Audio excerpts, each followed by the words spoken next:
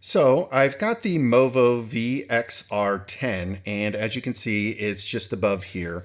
And one of the things I really like in the mic, but one of the things is I end up having to do a lot of coloring and editing of the audio after. I'm sure everybody does that.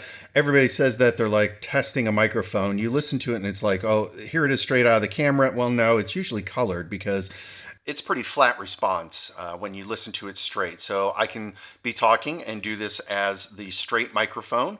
And then obviously when you put in a little bit of EQ, editing, compression, whatever you end up doing, you get that fuller sound. So what I'm looking for is recommendations for how to EQ this through a preamp or something else, or some vocal effects box that I could do. So when I use it live in sessions, when I'm doing Zoom, WebEx, Google Meets, or things like that, I can actually EQ this before it goes into the actual camera here. So looking for suggestions. What are you guys doing? What are you using? Any suggestions? Much appreciated. All right. Thank you.